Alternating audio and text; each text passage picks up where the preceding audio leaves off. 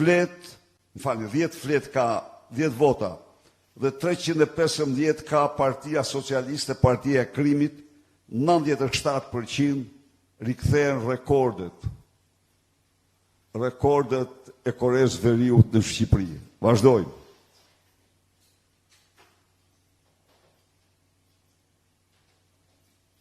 Në 93.8% rezultat rus e quhen këtë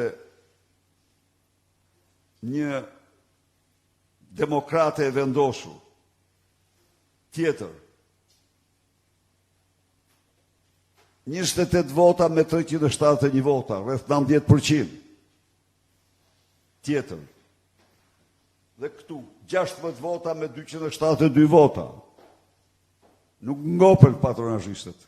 Ata ka një urrëtie të mërshme për amikun për kundërshtarin, sa që s'din ç'bëjnë. Tjetër. Këto janë. Kjo pra është fytyra. Kjo është fytyra e vërtet e votës së diasporës.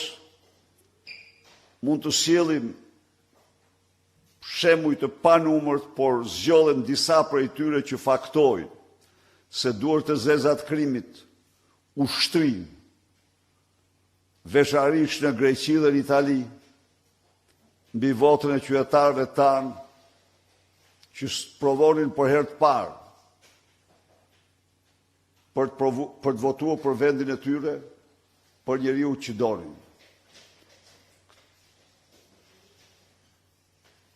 Edhe njëherë këtu nuk shtohet asgjë, përveç një faqe e zezë tjetër e farsës elektorale të 11 majt 2025, në të cilën unë nesër do t'u informoj edhe njëherë se nuk ka mbetur dokument ndërkombëtar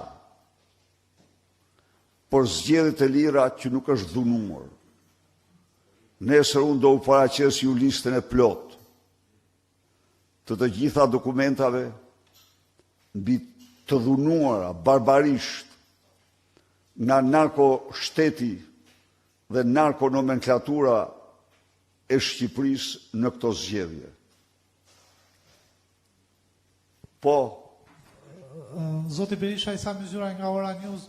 Ditën e sotme Prokuroria Speciale SPAK ka goditur një në grupet më të forta kriminale në Shqipëri, së bashku me prokurorin italianë. Një ndër grupet e goditura është edhe një grup në Durrës që ju e keni përmendur shpesh gjatë kësaj fushate elektorale me emrin Poja.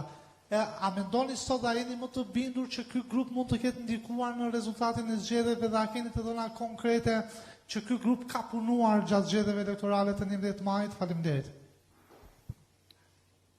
Zoti Myzyri, këtu unë para jush dhe në mënyrë të përsëritur kam deklaruar se porti i Durrësit është ndruar në portën e hyrjes më të madhe të kokainës në Europë.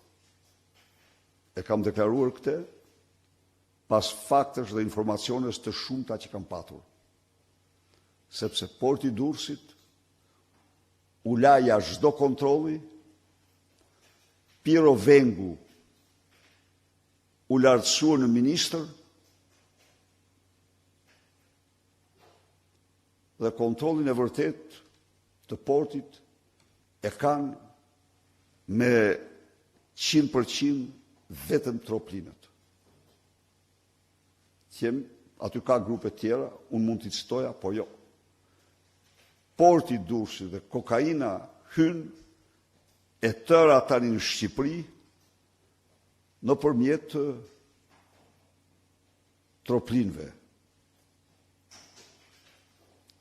Në këtë drejtim, unë përshëndes antimafjen italiane,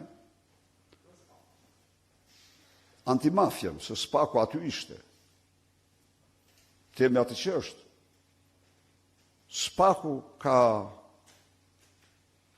muaj vite që e sodit. S'bën asgjë. S'bën asgjë. Në fakt, antimafja dhe bashkë me ta, sigurisht sepse po. Por, prit, është operacion vazhdim. Prit, presim, sa u arrestuar. Janë lëshuar 52 urdhra arresti. Nuk u tha se sa u arrestuan dhe nuk u tha asnjë generalitet, po them unë ty, se ekstremant kryesor u njoftuan dhe ikën. U njoftuan. Matriksi funksionon, vazhdon të funksionojë, por unë përgëzoj mafjen, antimafjen italiane, që është një institucion i shkëlqyer dhe që kontribon për sigurinë jo vetëm në Itali, por edhe në Shqipëri. Dhe ky nuk është rasti i parë. Goditja, janë një seri goditjesh që njësitë e antimafjes kanë bërë dhe kanë ndihmuar Shqipërinë. I garantoj se Ervis Doçi apo famozi Poja ka gjithçka me licencë të Edi Rams dhe Olsi Rams. Pra, prapa trafikut monstruoz të kokainës, qëndrojnë ata që i kanë lanë portin dhe unë te kam denoncuar me dhjetra herë, që porti është dorëzuar Troplinit. Dhe ata që e njoftuan Tikin, ndaj dhe u njoftua Tikaj. U njoftua. Pra, po ta marrim kështu, Totorino është në kryeministri,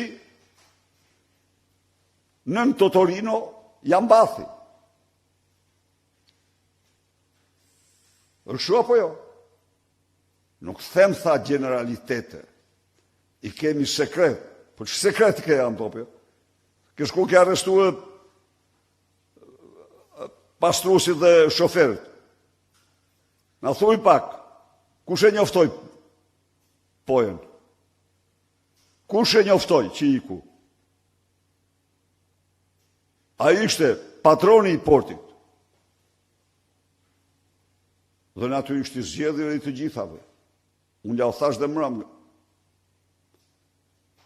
Altin Hajri, me dosë e cilit është marrë direkt Dumani, ta dini këte, ka shku të kanalu makinën dhe ka shku në formë presionit e kandidatja jo në Hardhisht.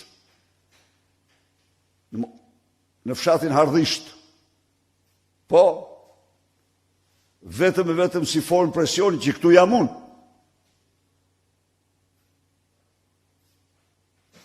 Po i ka me vetëm Dumanin, edhe Huluziun, 2 kostumet, që i thoshte, merja pak masën ati për një 2 kostumet, ja bëjmë son sull burri mira, i qënoj fjalësaj. Ka ministrit. Këto janë të vërteta. Po unë, edhe njerë, shpreh vlerësimin më të madh, se ajo pak luftë që është bërë kundër narkoshtetit, është bërë nga antimafja italiane. Zoti Berisha, Osman Stafa, News 24. Kam 2 pyetje. Pyetja e parë, ju keni deklaruar se nuk do njihni zgjedhjet e 11 majit, madje